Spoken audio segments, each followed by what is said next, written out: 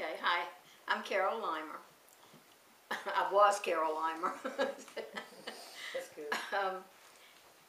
My family is from Warren County. My mother's family is from down around the Wise area.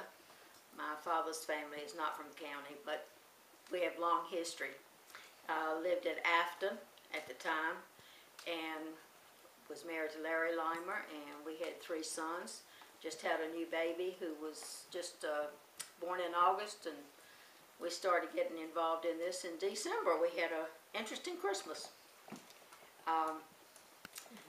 This whole story has been a major impact in my life, especially in my thinking, I guess, more than what some of my physical actions were at the very beginning.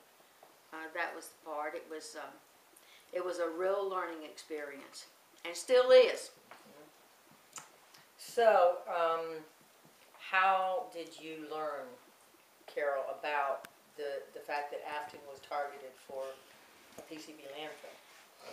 I learned about the PCB landfill, or the proposed landfill, reading the Warren Record. I was, I think, in another room in the house reading it, and I read this little ad about a public hearing for a PCB dump. And I didn't know what PCBs were, but I knew what toxic waste was. And I read it and went to the kitchen. Larry was sitting across the table drinking coffee, and I read it to him, and he didn't know anything about it. We just didn't know. But Afton was where we lived, and it was, as the crow flies, not too far from where we lived, and his aunt was right up the road from where this was proposed. And I didn't see raising my 3 sons, or our 3 sons, with a landfill that close by. Talking about the culture of the county and the history of the county, Larry's family came in, which is a real interesting family history. My family came and settled in Warren County in 1881. And they built the home banks of Rich Neck Creek, diagonally across the road from where the PCB dump is.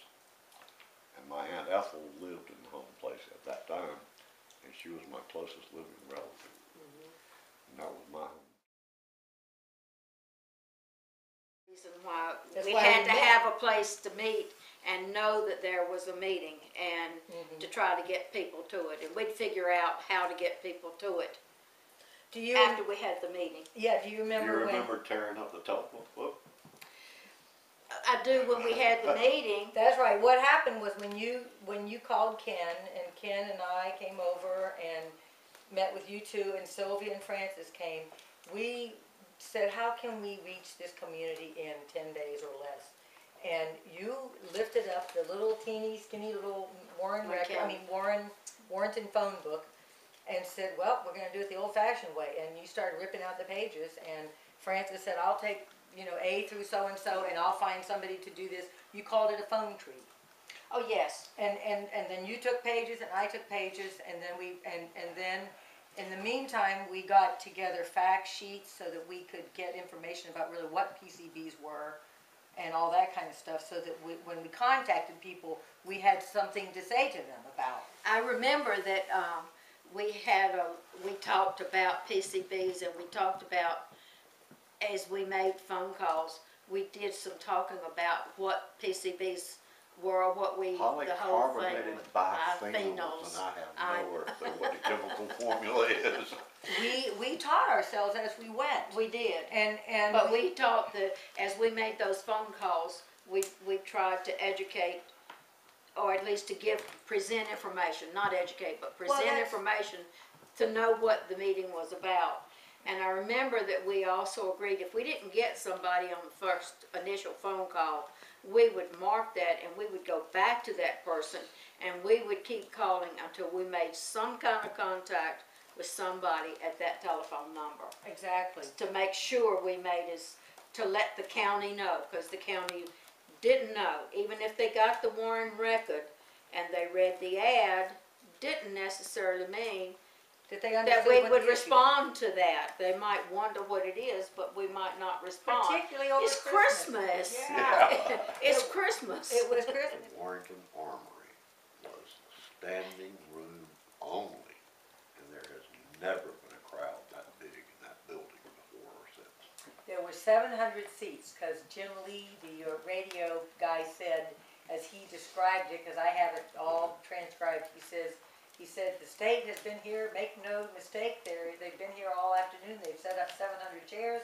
and believe me, it's more than capacity. And he began to see that people were lining the back walls and the side walls, so we'll never know, there were at least another 2 or 3, at There least were at another least couple 1,000. hundred of people. Okay. Tell us the story of Dr. Malkai, because you know that. Well, we were having one of our original meetings. We knew that we needed to have some kind of scientific background as to whether this was going to hold this PCBs or not. And while we were having that meeting, I remembered that one of my high school classmates from Norlana High School was Charles Malkai, and he had been to state, and he was a geologist. And All scientists. yes, and so, and I called, and he was home for Christmas, and we agreed, and he met us out at Afton, or met us somewhere, I don't remember it, but we went out to Afton to the landfill site, and he had his, I don't know what you call it, boring equipment, and he took some bores, and then he kept going deeper and deeper, and he went as far as he could take a bore with the equipment that he had, but that was significant amount. It seems to me like it was 20 feet or more. I know it was, I don't know exactly how much it was, but it was a lot. He did. But I can remember him taking that dirt off of that, So he's drill. pulling dirt out from 10, 15, whatever down, feet down. way down. And he'd bring one up and he'd test that, and that wasn't good. And he'd go down deeper with another bore or extend it. But when he got down as far as he could go, he put it in his hand like that and squeezed it up nice and tight and talked about clay and holding water or not being able to hold water. And he opened it up and it had his fingerprints in it. And he says, well, that's not going to hold anything. And he just touched it with his thumb, and it fell apart, and it fell down on the ground. And he said, this will never hold. He says, this won't even hold anything right now. And it had some red clay in there a little bit, but there was gravel, other things in it, and it fell down. And he says, it won't be, it won't suitable. It won't hold PCBs. This site won't. And he knew about the landforms in Warren County.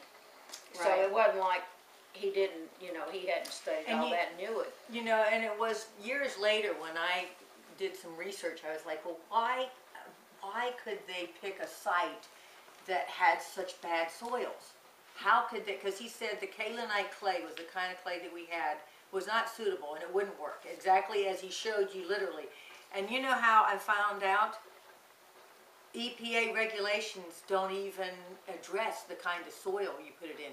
It only addresses where the water table is, and they had waivers for that anyway. So the point is, the Environmental Protection writes up regulations that allow the industries to put landfills wherever they want them, really. And so the soil was, one, not important, and it wasn't even part of the regulatory criteria. They didn't have to have a certain kind of soil. And so that's why when later we're in district court and they asked Dr. Malkai to, does he have anything to add to his report, he said no, he didn't have more to add. And they were like, okay, well, that's it. We don't have anything to say to you, because they never legally had to address his complaint, which was the soils would never hold. And that's so basic. Imagine that they could put a landfill in a community and the kind of soil that they have is not even part of the criteria that they choose to place on.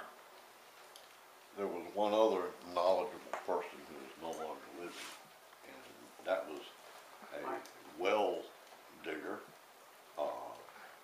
here in Warren County. His name was Manly Martin, and he knew the aquifers in Warren County inside and out, up one side and down the other, and he was able to predict that no, it's not going to stay there. The water's going to carry it away. Yeah. In addition, he was a layman. Dr. Malkai was a scientist, but they both came to the